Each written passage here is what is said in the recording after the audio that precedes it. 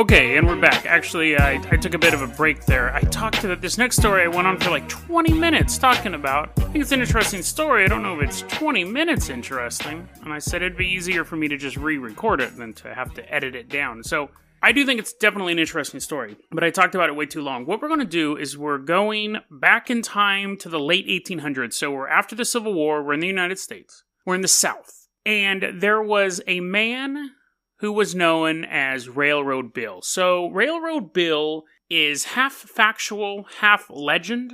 Maybe the legends are true. I don't know. We'll explore that in a bit. But Railroad Bill was just a normal dude.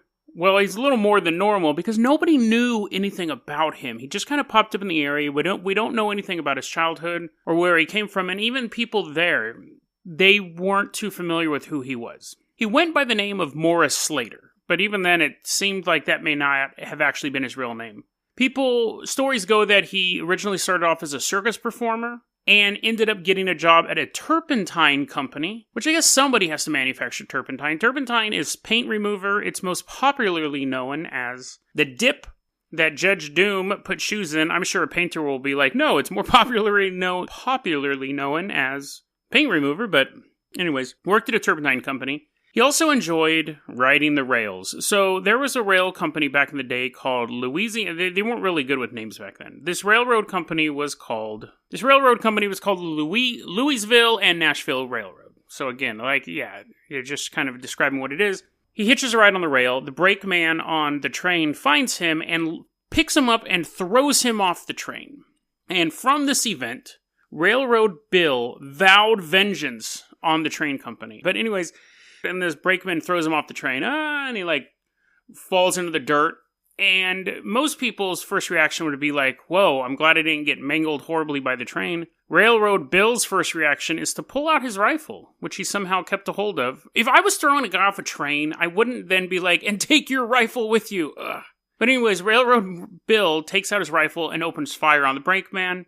Train just keeps on chugging along. From that day, Railroad Bill vowed vengeance on the train company. Now, getting thrown off a train isn't the easiest thing to endure, but Railroad Bill made it his life mission to go after this train company. He actually quit his job at the turpentine company. He's like, you can kill tunes on your own. And formed a gang that then hijacked trains and robbed them. And what they would do is they would put one guy on the train, they would hide a guy on the train, and be like, tip one. Don't get thrown off. But they would put a guy on the train. And when the train would kind of be out in the middle of nowhere, the dude would open the door out and throw all the goods out of the train. The story goes that Railroad Bill would then get the goods, get the contraband. Is it contraband? Well, he would get the stolen property and then give it to the poor.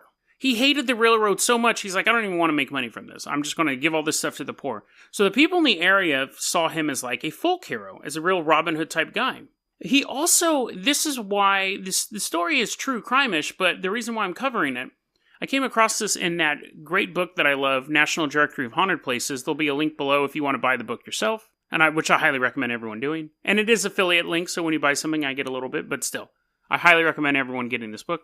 The rumor goes that he actually had the power to shapeshift, and he could assume either the form of a big black dog or any inanimate object. Now, if I had a choice between becoming, being a big black dog helps you, run around and, menace people, but if I can become any inanimate object, I would just become a $100 bill, and then have my buddy buy, which back then was a ton of money, have a buddy buy stuff, and then, they hand over the $100 bill, and they don't notice the little picture of the guy, winking at his accomplice, going, wink. And then after they get the goods, he can turn back into a human and run out the back door. That's how I would rob stuff, if I could turn into inanimate objects. But anyways, I wonder, if you turned into a stagecoach and people were inside you, would that be comfortable? They're like, it's just an 8-month ride through the wilderness. But anyways, so, if you turn into a stagecoach, is that inanimate? Technically, the coach part is you'd have to get some wheels put on you. But anyway, so Railroad Bill could turn into an inanimate object or a big black dog. And that's the legend. The reason why that legend grew was because they could not catch this guy. First off, there was a $350 reward, which, again, is a ton of money back then.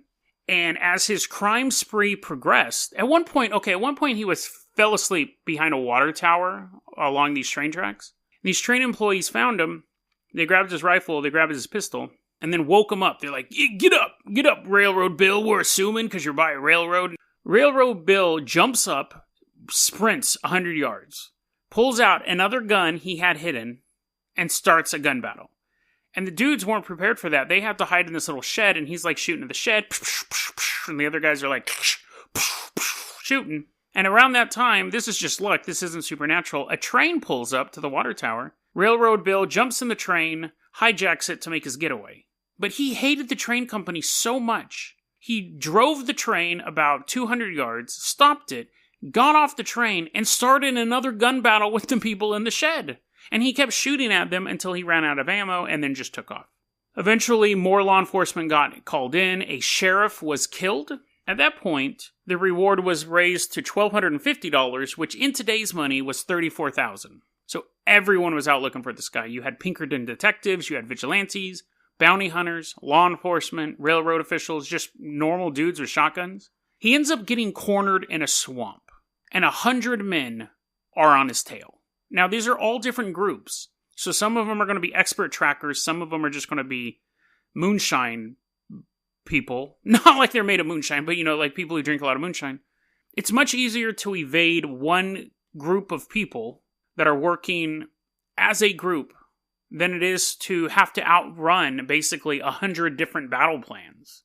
Every group's searching for him on his own. For 5 days, he evades them in this swamp. And that's, again, why people are like, yep, told you, he's a shapeshifter. I can imagine, like, these hillbillies walking through a swamp looking for this dude, and there's just this giant tree there with, like, these cartoon eyes, just, like, looking at him, and he's like, and then once they leave, he turns back into a human and runs away. Or he, like, turns into a frog. I guess that's not an inanimate object. He turns into a frog that doesn't move, so that's inanimate. I kind of probably pushing the boundaries here. But anyway, so he does all this stuff. He eventually does meet his end. He's at like a convenience store, like an old-timey shop, and 2 different teams of vigilantes come at the same time, and they riddle him full of bullets, and he dies. And you go, well, that's proof that he's not a shapeshifter. However, I will argue that maybe he simply shapeshifted into a dead body to keep everyone that's inanimate, right?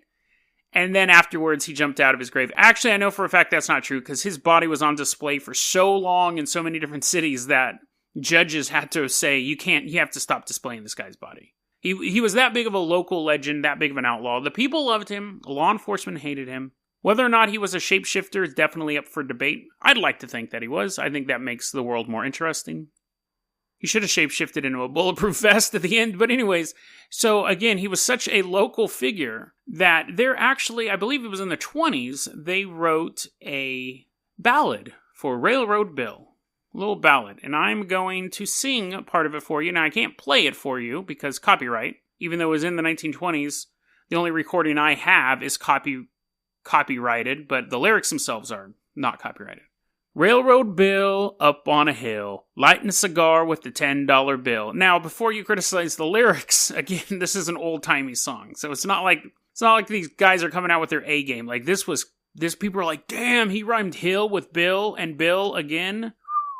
But anyways, Railroad Bill up on a hill, lighting a cigar with a $10 bill. Railroad Bill took my wife. If I don't like it, gonna take my life. Not only is he a shapeshifter, not only is he a train bandit, not only is he not modern day Robin Hood, but not only is he an American Robin Hood, he also cucks you. Yep. So that's the story of Railroad Bill. Now imagine that story I just told you expounded to 20 minutes and you'll understand why I cut out a bunch of stuff. And also, I went on too long talking about that. I didn't have room to talk about our next story. So let's go ahead and move on to our next story here. That was a clip from our daily podcast, Dead Rabbit Radio. Dead Rabbit Radio is available anywhere that you listen to podcasts. It's daily paranormal, conspiracy, and true crime news. If you want to hear the full episode that this clip came from, check the link below. Please like and subscribe. And hit that little bell, too. That does some magical stuff. Thanks, guys.